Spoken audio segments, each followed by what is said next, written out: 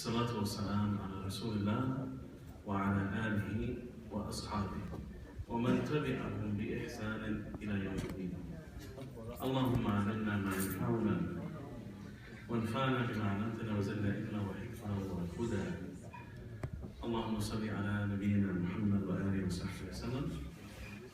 أما بعد, Assalamu alaikum wa rahmatullahi wa barakatuh. And welcome to all of you to tonight's halaqah on the topic of the heroes of Islam. And we pray that Allah bless this gathering, He bless all of you, and enlighten your faces, and put the light of Islam in our hearts, inshallah ta'ala, make it beneficial for us, inshallah. Today we have a very beautiful story, a very beautiful hero. And the reason why I mention or say that it is so beautiful is whenever you hear about a person coming out of the darkness to the light, or coming from kufr to iman, or somebody making tawbah to Allah, it always makes me happy. It always makes the heart joyful to see somebody leaving behind so much evil, and Allah opening his heart and guiding him to his light by his mercy. And it shows us and it reminds us of Allah's love and care for his creation. And it reminds us of the power of repentance and tawbah, and that no matter how many sins a person has done, Allah can always change a person's life by his power. So these are some beautiful, inspirational lessons, inshallah, we hope that we'll get from tonight's lesson. So who is the topic or the hero for tonight? You might have heard about somebody named Malcolm X. Has everybody heard of Malcolm X before? Pretty famous personality, especially here in the United States, and he spent a good part of his life here in New York. But Malcolm X, he went through different stages in his life. He started out his life by the name of Malcolm Little. Malcolm Little. And he was born in Omaha, Nebraska in the year 1925. And his parents, his father was an activist who was trying to work for equality, racial equality. And something that they had to struggle through in the early part of the century was a tremendous amount of segregation and racism, where America itself was divided between black and white. And even the doors, the drinking fountains, they would write on it, this is for blacks, this is for whites. The buses, the blacks have to sit in the back, the whites sit in front. This was very recent. Only until the 1960s was this challenged and overturned in the courts. So in the early part of the 20th century, there was a lot of racial inequality. And also, by the way, this story might provide lessons for us because we as Muslims today are dealing with inequality and injustice. So by learning from some of our predecessors who underwent the struggle, we can learn to also, inshallah, overcome the challenges we're facing. These people, like Malcolm X, didn't give in or give up. They gave every part of their soul and life for the sake of promoting justice and trying to bring equality to people, to their people.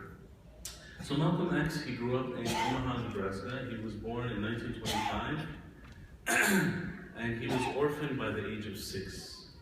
In Islamic law, what is an orphan? Anybody? No? How does one become an orphan? His father dies. Somebody whose mother died? Father. The father, not the mother. Just the father. If his father dies, he's an orphan, right?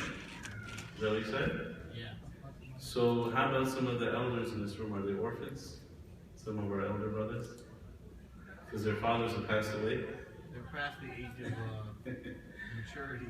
when their father passes away, and they are under the age of below the age of puberty, then they become defined as an orphan. So Malcolm Little, his father passed away when he was 6 years old. His mother also, she became ill when he was around 11 or 12, and so she was put in a mental hospital. So Malcolm Little, he grew up in foster homes, going from one home to another without really having any parents to raise him. By the time he was 13, he moved in with his sister, and she lived in Roxbury in Boston, Massachusetts. And he spent about 7 years there, and he was, at this early age, actually he went to middle school. It's quoted that he wanted to become a lawyer. This is back in the 1930s, he wanted to become a lawyer. But one of his teachers told him there is no opportunity for a black man to have a career. So the teacher told him, how can you become a lawyer? You're black. So perhaps this discouraged him from pursuing that goal in life. But he had the interest in law when he was young. So when he moved in with his sister in Roxbury, Massachusetts, 13 years old to 20 years old, he did different kinds of jobs. But by the age of 20, which was 1945, he moved to Harlem. And Harlem is a very crime-filled area. So he became involved in a life of crime. He got involved in larceny, stealing, drug dealing, gambling, racketeering. You name it, Malcolm Little was involved in all of those crimes. And he went to jail, finally, in 1945. He was put in jail. He was arrested for robbing some rich houses, and he entered into the jail. So I know sometimes Allah subhanahu wa ta'ala, He puts a hardship in your life, but it's actually an opportunity. Sometimes we see something as a setback, but it's actually a blessing.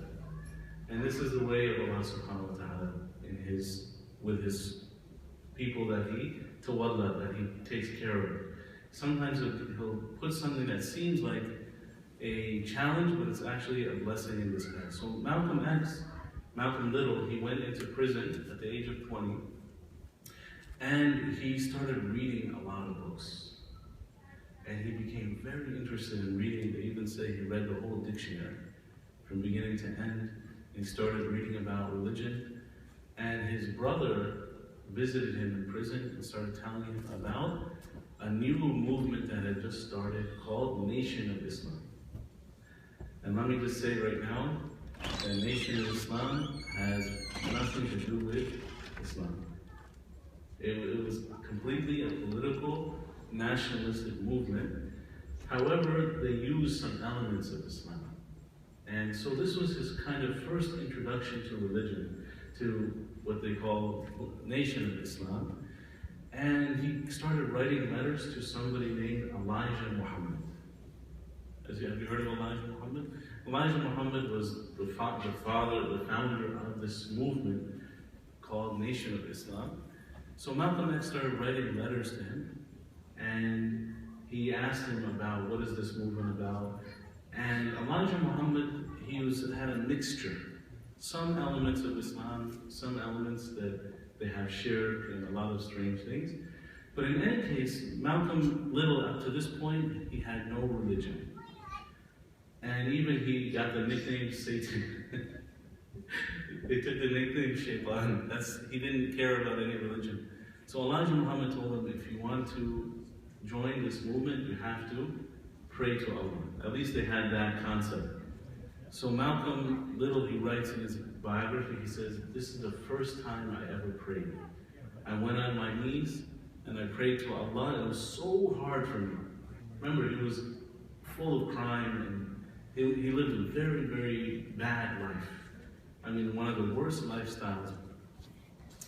But he didn't. He bowed down to Allah subhanahu wa ta'ala, even though they had shirk and a lot of corruption, but he tasted a little bit of what it meant to be a Muslim. And he accepted it. He wanted to become a Muslim. So he joined what they call the Nation of Islam, and he changed his name. This is the famous, where we get the famous X from. Yeah, anybody know what the X means? Like in algebra, X is unknown, right? So he said, he says, little is the name of my slave master who took my parents from Africa and made them into slaves. Why should I carry the name of my slave master, little? So he deleted the name little. He said, I don't know what my ancient African name was. So instead I'll put the name X, Malcolm X, because I don't know who my true lineage is. So it's actually very, very correct from an Islamic point of view to do something to remove that name, because it's a false attribution. And he says, X, I don't know who my lineage is. So he took on the name Malcolm X. And right from prison, he started writing letters. And we'll find out that he was very outspoken, very brave. And this is a beautiful quality that he had. He wrote a letter to the president at that time, and he told him there was a war going on in Korea. And he wrote a letter to him, and he said, this is not a just war, and I disagree, we shouldn't be fighting this war all the way in Korea. It's unjust and unfair to those people there. So you can see he had a sense of justice, even in prison, before he came out. So, 1950 is when he wrote to President Truman, and he told him that he didn't agree with what was happening. 1952, he got out from prison. 1952, so at this point, he's 27 years old. He comes out of prison and he goes to the headquarters of Nation of Islam, which is in Chicago. Chicago was the temple #1. If you know anything about Nation of Islam, they don't call their places mosques. Normally, they call them temples. And they have a number, temple #1, temple #7, temple #15. And temple #1, the main one, is in where? Chicago. And that's where the founder, Elijah Muhammad, was based. So Malcolm X goes to temple #1. He sits with Elijah Muhammad. Elijah Muhammad sees that he has a lot of potential. He's very eloquent, very sharp-witted, very strong in his position, in his beliefs. So he appointed him as assistant minister of temple #1. So now Malcolm X, he starts to go and travel and spread the message of Nation of Islam. This is all he knows. He never learned about what is Sunni Islam. There were not really any Muslims around to teach them what true Islam was at that time, in the 50s. So this is all he knew about. Somebody wrote to him, somebody told him something about some religion called Nation of Islam. It sounded good. And so he's trying his best to spread this message, even though it's been, of course, twisted by Elijah Muhammad, who took parts of Islam and the Quran and the Bible and he mixed it up. But this is all he knows about. And he goes and he starts preaching. And he is so passionate that he went to almost many major cities. He went to Connecticut, Danbury, Connecticut, Philadelphia, New York City, Harlem, and everywhere he went, he preached, and people started coming in hundreds, accepting the message, and they started opening their temples all over in the Northeast. So he was very passionate, very powerful speaker, and he started speaking publicly. And even in the news, the media, he became like the spokesperson for Nation of Islam, and he started teaching people, the African Americans in this country, to accept Nation of Islam. And not to, and this is the way to promote, to get our rights and to get over the injustice that's being done to us. By the way, during this time, in the 50s and 60s, African Americans are being killed. They're being hung, they're being burned. Anybody there was a group called Black Legion. Black Legion, you might have heard Ku Klux Klan, right? They have the hoods on. Sometimes they will take some blacks black people and hang them from the trees. So there was a lot of oppression going on, a lot of injustice. So Malcolm X is living during this experience, and he's telling people the way to get our strength as a community, we have to come together as a black Muslim nation and form our own community. And their idea was that we're going to have our own little community in America, and one day we're all going to go back to Africa. That was their vision. So, 1953, he starts getting very popular. Malcolm X, by the way, he was 6'3" tall, very strong. And anybody who met him, they said he was very powerful. He was very well dressed. Anytime he went to speak, he wore the very nice clothes, very sharp and very, good speech. He would speak so eloquently, he would influence people and convince them of what he was saying. He got married, and he had 6 daughters with a woman named Malik El-Shabazz. And his daughters are still around, actually. So, 1957 is when he became very famous, and also when he became under the scrutiny. Because a certain event happened in New York City, in Harlem. There were 4 Muslims. They saw somebody being beaten by the police. So those Muslims tried to intervene. They said, "Don't beat him, why are you beating him up?" So the police beat them up too. So these 4 Muslims got beaten up and very badly beaten. One of them's name was Johnson, and they took him to those Muslims to the precinct. So the other Muslims, they call it black Muslims. I'm sorry to use these terms because in Islam we don't use racist terms like black or white, but this is what they call themselves.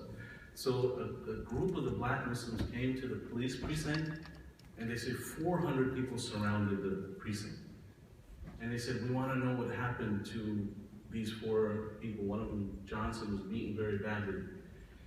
Then more and more people started coming until there was 4,000 people. It was a huge uprising. And out of all those Muslims, who was the one they wanted to be their spokesperson? Malcolm X. So they sent Malcolm X to talk to the police commissioner, and he negotiated with them. They took one of them to the hospital. They brought him back, and the Muslims wanted him to be released. And Malcolm X, he negotiated with the police. Finally, he realized that they had made a decision, they're going to wait till tomorrow and go to the judge. So he goes outside and he tells all the Muslims, black Muslims, go back home. Malcolm X. So all of the Muslims dispersed. When they saw that Malcolm X was so powerful, that 4,000 people are at his fingertips. He tells them come, they come. He tells them go back, they go back. This is when he became under a lot of scrutiny by the government and other people. They realized he's a very powerful person. So, of course, a powerful person is going to be under scrutiny and under surveillance. And his life started getting somewhat more difficult after that. In 1960, he went to the UN in New York City, and he's like the second in command, basically, Nation of Islam. They give him the credit after Elijah Muhammad to be the main propagator of Nation of Islam. He was the main one who spread it. So he actually went to the UN, and who did he meet in the UN of all people? Gamal Abdel Nasser. He met with some Arab leaders. He met Fidel Castro. He was so influential. This person who came from the streets, he's meeting the presidents of big nations, and he's telling them this is our people, like as if he's representing his people, the African American people. So he became like an envoy for the African American people. He met with those people in the UN, and 1964 is a major turning point in Malcolm X's life. Remember, he has 3 stages in his life. Malcolm Little, the criminal, Malcolm X, the so-called black nationalist Muslim, and then the third one is Malik El-Shabazz, which is when he left Nation of Islam and he became what is called Sunni Muslim, a regular true Muslim. And in 1964, this is when he made the decision to leave Malcolm X and become Malik El-Shabazz, and leave the black Muslim movement and become a true Sunni Muslim. What led him to this change? This is very important for us to understand this, because most American people, if you talk to them, they know about which part of his life? Malcolm X's life. They don't know Malik El-Shabazz, and they don't know what led him to that change, and that he was growing as a person. And really, it's unfair to remember Malcolm X by what happened in the middle part of his life, because he changed and he repented and he went back on all of those things, all the racism. Remember, as Malcolm X, he used to say the white-eyed devil. I'm sorry, the blue-eyed devil. The white people are the blue-eyed devil. This is what Elijah Muhammad told him.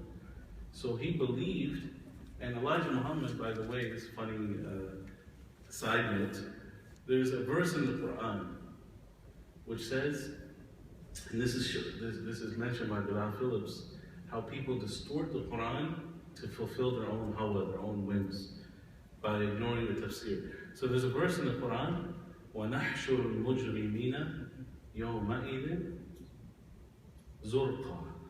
What does zurqa mean, our brothers? My man is zurqa, azraq.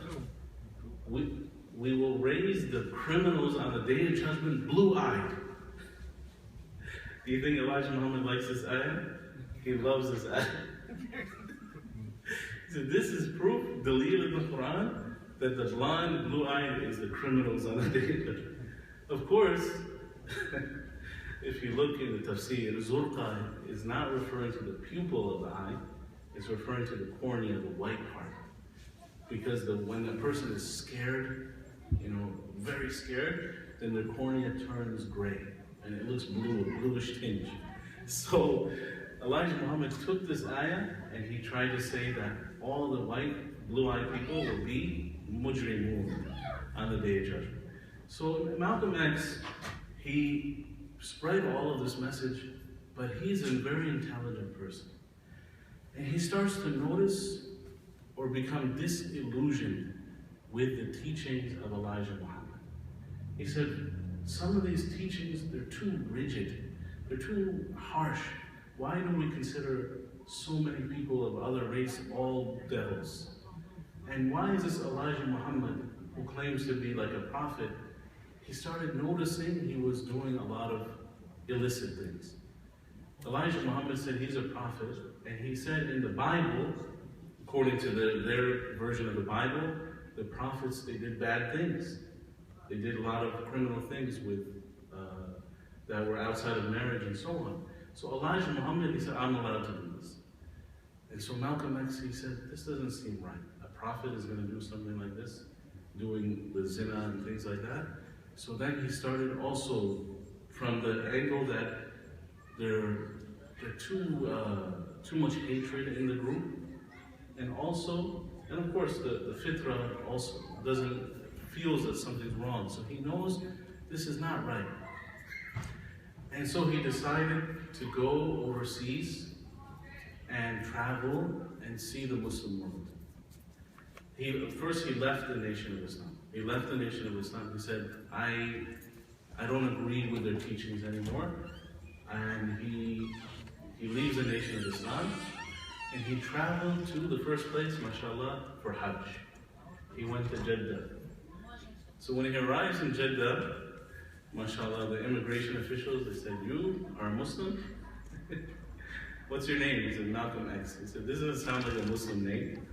Take him to prison. So they put him in prison. Poor guy is in prison in Jeddah.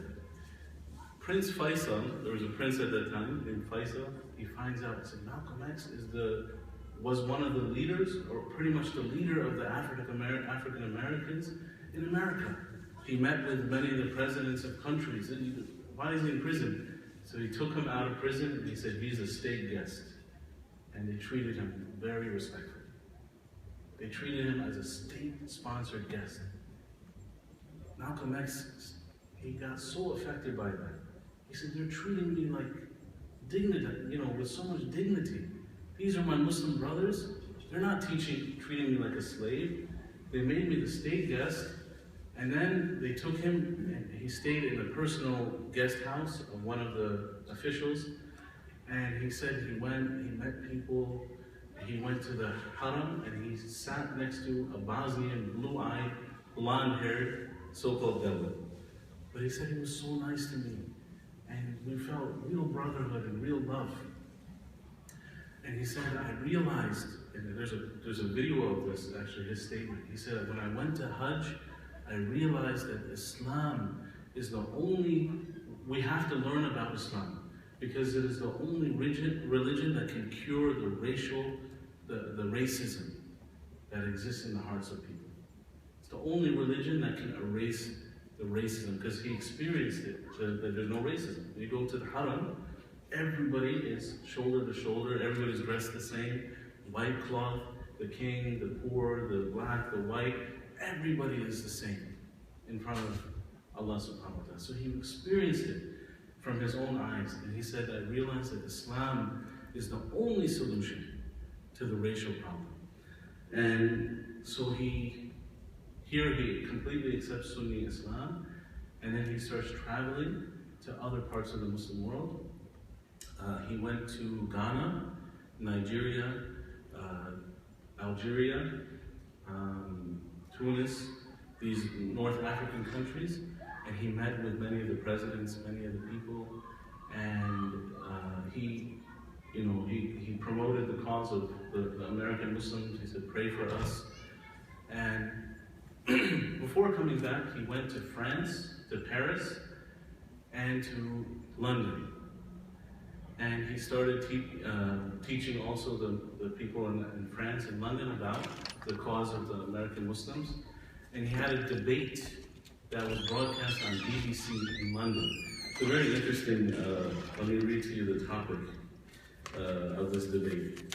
The BBC debate is 1964 in London. Extremism in pursuit of liberty is no vice, and moderation in pursuit of justice is no virtue. This is like when they have debates, they make a statement, and then each side they have to argue in favor or against. So they had this debate. It said somebody being extreme, being very strong in pursuit of liberty, this is nothing, no vice, it's not bad. And somebody being moderate, being very, not being strong in pursuit of justice is not a virtue. That was the topic. So what do you think Malcolm X, was he in favor or against? Extreme being strong in support of justice is it's not bad. Of course, he supports this. He believed you have to be strong.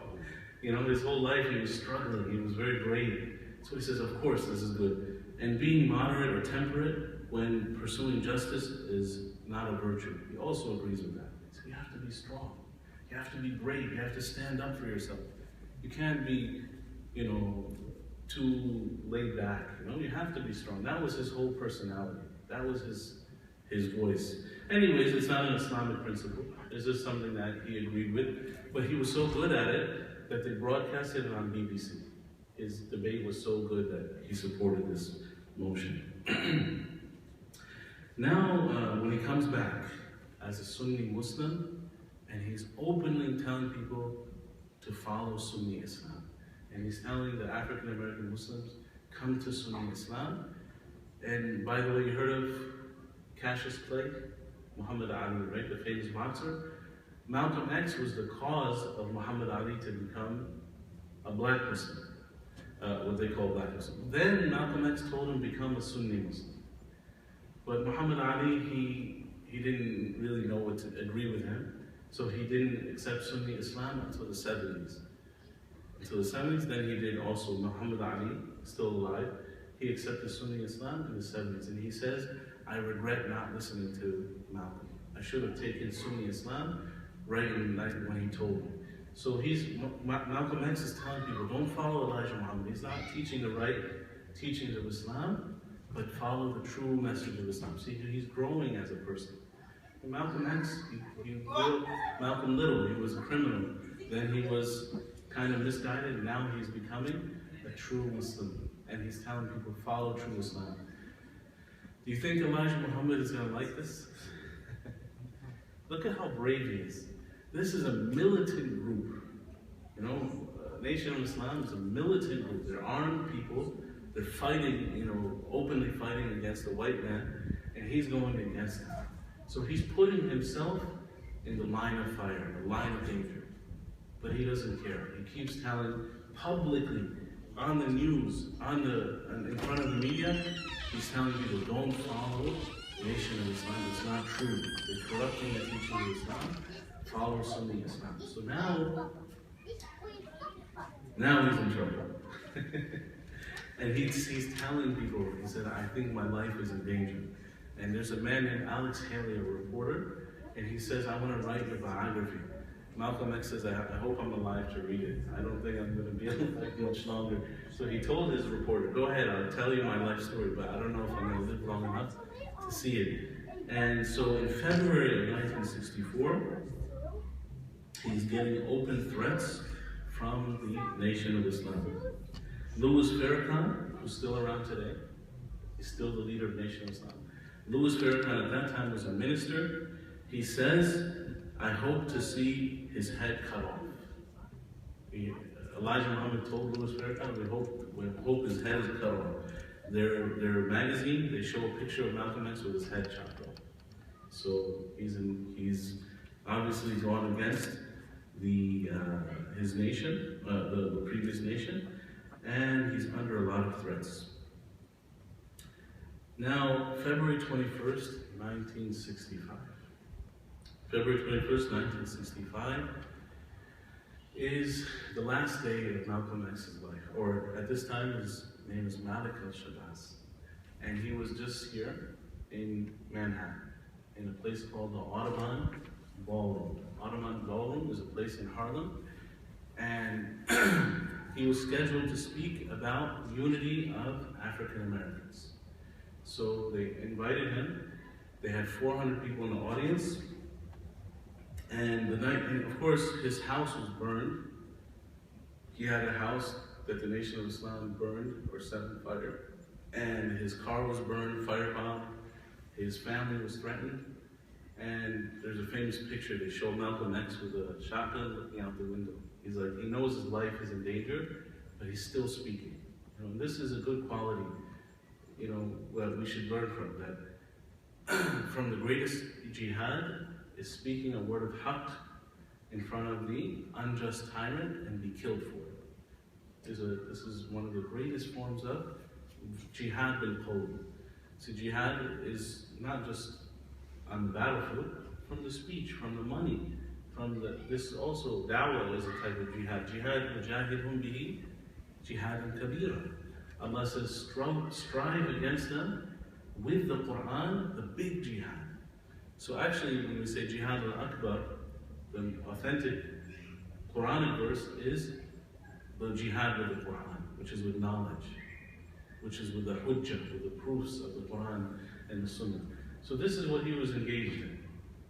He was challenging the injustices. The injustice by the racism that was in the government at that time, in the laws were unjust, and he's also challenging the Elijah Muhammad's group, which is also deviating from Islam, and he's telling people to follow Sunni Islam, which is a very big change in his life, alhamdulillah. He left a life of crime, of drugs, of womanizing, and he became a spokesperson. So he's here in Manhattan, February 21st, 1965. He comes on the stage, he begins his speech. Somebody shouts out, "Get your hand out of my pocket." So they're trying to create a diversion, So the bodyguards come running over, and then somebody comes up to Malik El-Shabazz, puts a shotgun on his chest, shoots him in the chest. Then two other people get up and start shooting him with pistols. So they found in his body 21 gunshots. 21 gunshots. And then they tried to flee, and he was killed. He was assassinated. So who killed Malcolm X? You know who killed him? It's a controversial issue. Always when you have these big historical events, there's controversies around it. But pretty much, most of the people will agree that it was the Nation of Islam was after him, and he had a bounty on his head, and Elijah Muhammad had said, I hope to see his head cut off.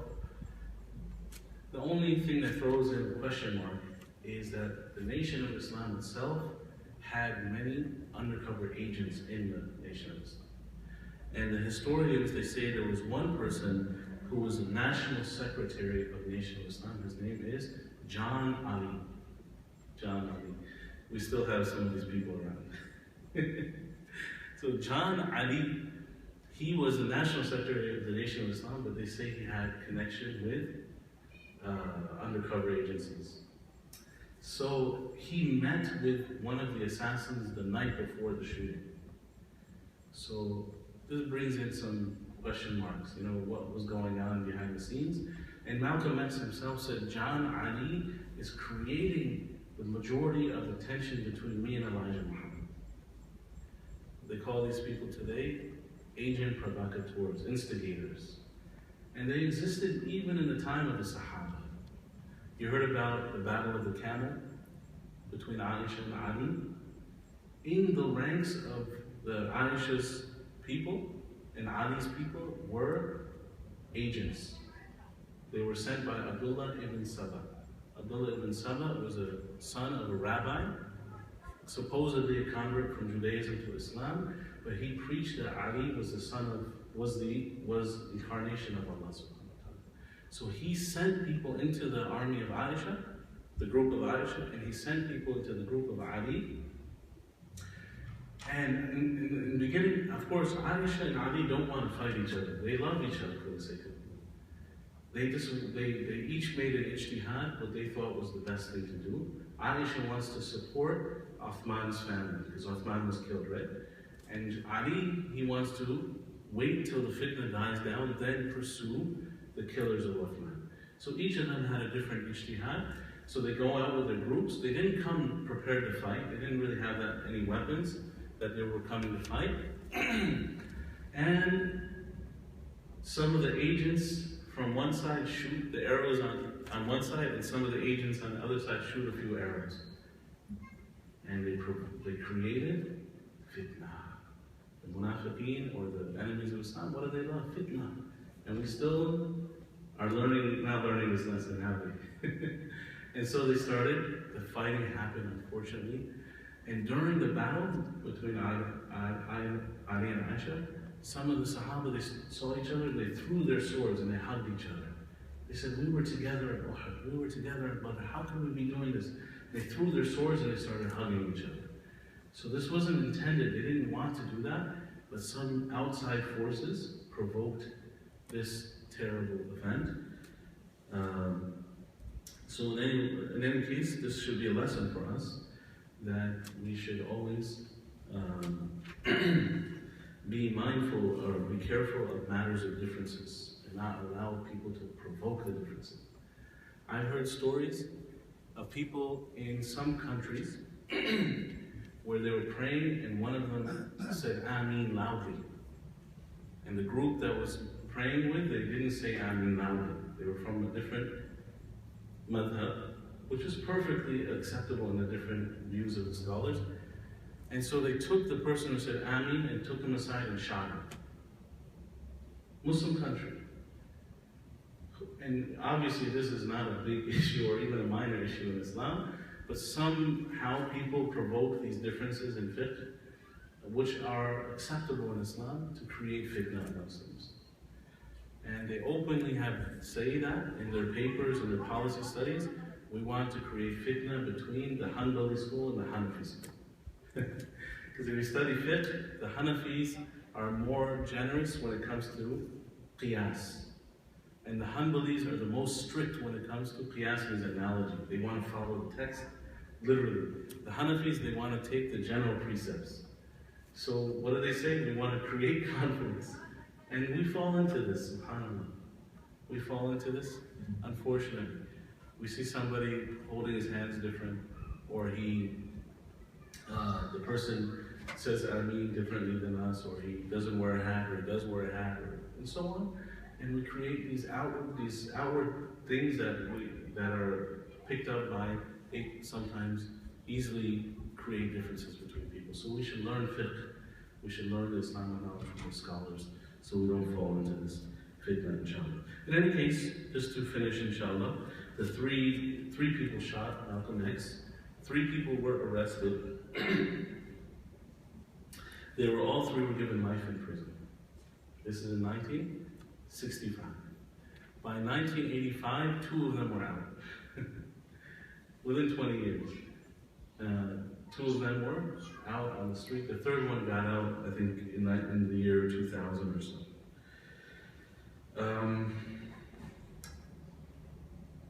At his funeral was in Manhattan. They said there was 30,000 people came to his janazah, to his funeral. And even the ruler of some nations like Ghana and Nigeria, they sent condolences because he had done such a service to the African American Muslims.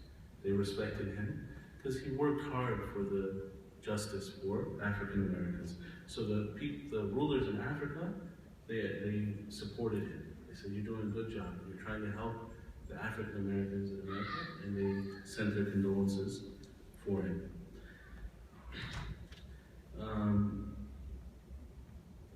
The Nation of Islam, Farrakhan, he said he was, even recently after this assassination, he kind of takes some credit for it. He says, if I said any words that caused it, I regret that. And so he was kind of like very, very hostile towards Malcolm X, so he kind of acknowledges that he might have had some guilt in that, inshallah. Now, a couple last things, just some quotes, inshallah, we'll finish with this. Some famous quotes of Malcolm X. One of the things that Malcolm X, or Malik El-Shabazz, he felt that the work of trying to promote African American or Islam in America is similar to the third world countries trying to get independence from the colonial powers. He says, not different. He said, there you have physical occupation, and he said, here we have mental occupation. It's a very interesting statement. He said, they used to have the colonial powers, right? They physically occupy the country with the army. But he said, now we have become mentally colonized, which means we're subservient to the other people. We don't believe in our own religion. As Muslims, we see this. Unfortunately, Muslims, we don't have pride in our religion, in our Sharia, in our deen. We're afraid to speak up for Islam. And so we find in many Muslim countries that everyone is running to become as westernized as possible, whether it's good or bad. One of the shuyukh, very funny clip, one of the shuyukh came here to the US from Egypt. He went to the rodeo in Texas, the cowboys. You might have heard of Sheikh Muhammad Jibreel. He went to the rodeo, and he said, SubhanAllah, these are how the Romans used to be. They were riding on donkeys and cows with, just a short while ago. And he said because they pursued knowledge and they had good character, now look at where they are. This was America just 200 years ago. They were riding on cows, cowboys. He said, but they pursued knowledge. They cared about knowledge. Now look at how advanced they've become. And not only knowledge, but he said, they have good character, they practice good characteristics. And he said, look at us. We used to rule the world, but now we abandoned knowledge and akhlaq. Look where we are today. SubhanAllah. A very interesting insight by the Shaykh, rahimahullah. Another thing that he mentioned is that racism is not just black and white. He said that racism has brought bloodbaths to every nation at some time or another in history. So he realized racism is not just a problem for African Americans in America. He said every nation has a problem of racism. Even in Muslim countries today, we have established racism. The people of darker skin are treated differently than people of lighter skin. And this is not from Islam. And so he was saying that Islam is needed not just for America, but he strongly believed that America needs to learn about Islam because it can help America. It can help cure the racial problem in America. But he also believed that every nation in the world needs to learn from Islam. Because what we believe in Islam, who was the first racist? Who was the first racist? Iblis and Shaitan. أنا خير منه خلقتني من نار وخلقته من طين. I am better than Adam. I am created from fire, and he is created from clay. So because of his origin, he feels I am better. So this is what we have. We have nationalism and racism throughout the Muslim world and in our own communities. In some countries, I won't say the name of the country, they have, munchkins, like the chocolate, they call it Raqs al-Abd. I'm not going to say which country. Raqs al-Abd means the head of a slave. Why is the black person assumed always he's a slave? He could be a king, right? Many black people, many African people were kings, but they call it Raqs al-Abd. And you have, of course, many people experienced it traveling in the Muslim world, that I even heard this recently. Whatever your nationality is how your pay scale is. If you're from this country, and even, if you're from the bottom is like maybe African country, then even Egypt and Arabic countries, then that country, or American or Western passport, everybody's pay scale is based on his passport. Not his qualifications, not his knowledge, not his character, not his hard work, but just based on your passport. So this is also not really what Islam teaches. Islam teaches that everybody should be treated fairly, qist. And even the word in English, justice, it comes from the Arabic word qistas. Qistas, you can hear it, right? Qistas, justice.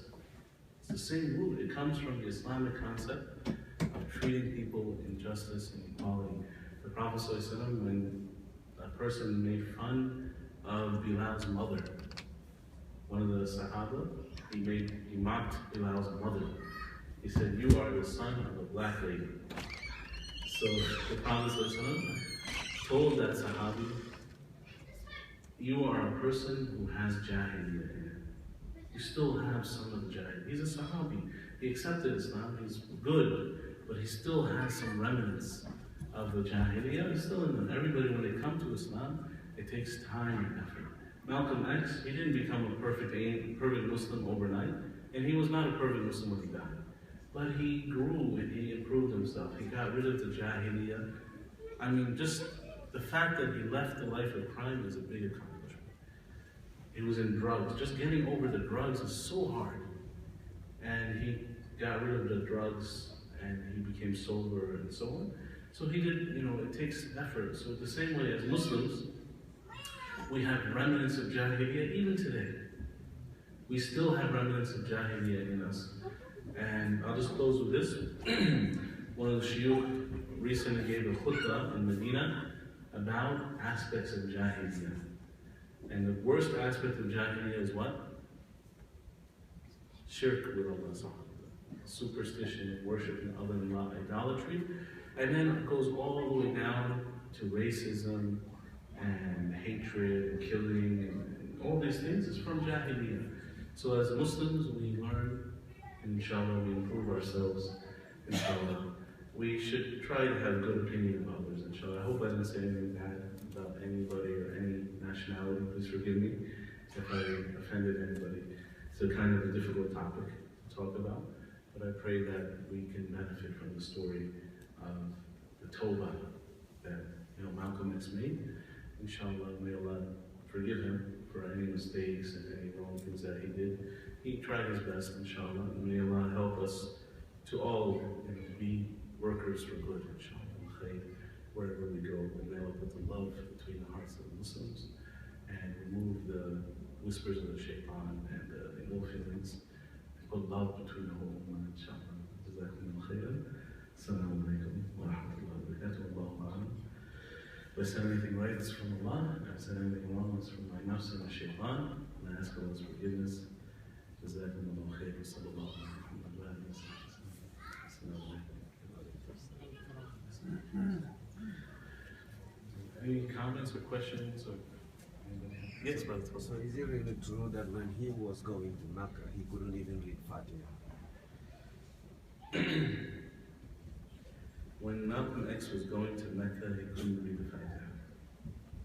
I don't know, to be honest, but when he didn't accept Sunni Islam until just around the time he left for Mecca, within a month or two. And we know from the Nation of Islam that they translate the Quran. They don't, if they do read it, they read it in English. They don't read it in Arabic. They actually don't respect the Arabic language at all. They look down on the Arabic language, as far as what I know. So it wouldn't surprise me. He wouldn't be able to learn Arabic.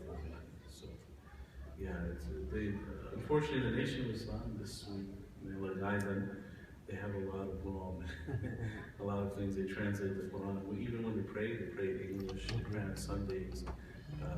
They celebrate Christmas and Islamic holidays. They have Bible and Quran next to each other and so on. So I wouldn't be surprised. He probably didn't have much knowledge about Islam, just a little mixture, a little bit of Islam. But after that, when he went to Mecca, he started learning more. But he only had about a year as a Sunni Muslim. So that's why we don't really hear much what happened during that year. But we do have some clips, and he talks about very good things. He says that, he regretted a lot of things. And he says, one thing he said,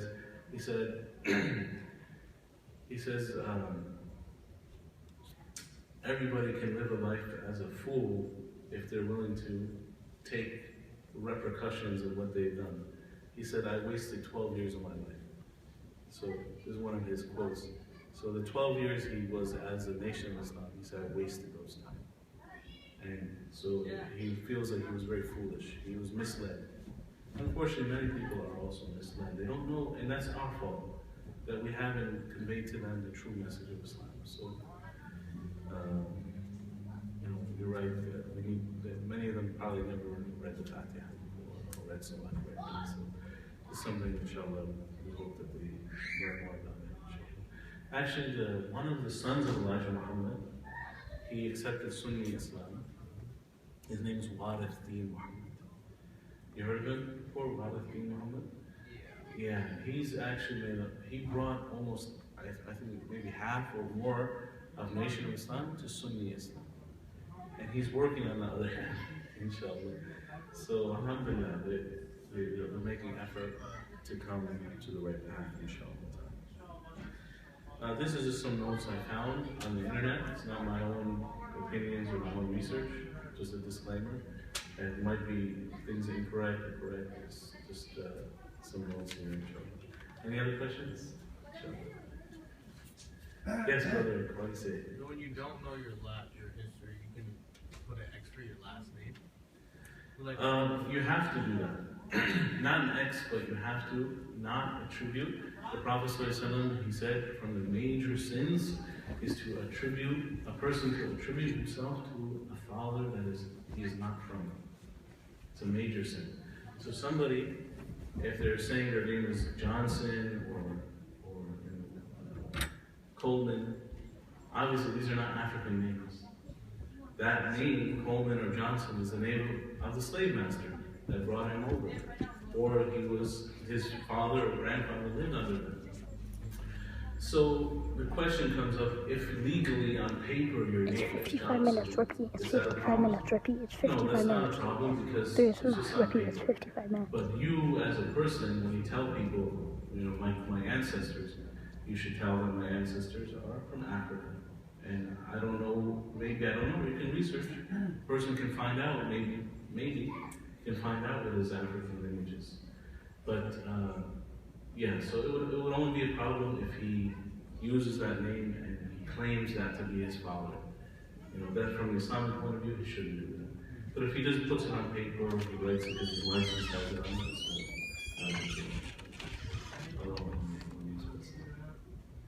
by the way, a lot of women, when they get married, what do they do to their last name? They change it. Change it to their husband's last name, right? Not the wife. The husband changes the wife's last name. They never do that. Is that allowed in Islam to do that? No. It's not really Islamic. That's a Western culture. The woman has her own lineage. She can keep her own lineage. She should keep her own lineage. It's not allowed for her to change her lineage to her husband's lineage. Again, if it's on paper, not a big deal. Most people, when they come over, just from overseas, they just use the husband's last name. But in reality, she should explain, this is my last name. If somebody asks her, what's your family name? She shouldn't say the name of her husband. She should say the name of her family. This is part of the rights of women in Islam. Jazakallah khair. Any other questions? Jazakumullah khairan. Sallallahu ala Muhammad wa alihi wa sahbihi wa sallam. Astaghfirullah wa atubu ilayh. سبحان ربنا رب العزة عما يصفون وسلام على المرسلين والحمد لله رب العالمين. ربنا تقبل منا إنك أنت السميع العليم وتب علينا إنك أنت التواب الرحيم. والحمد لله.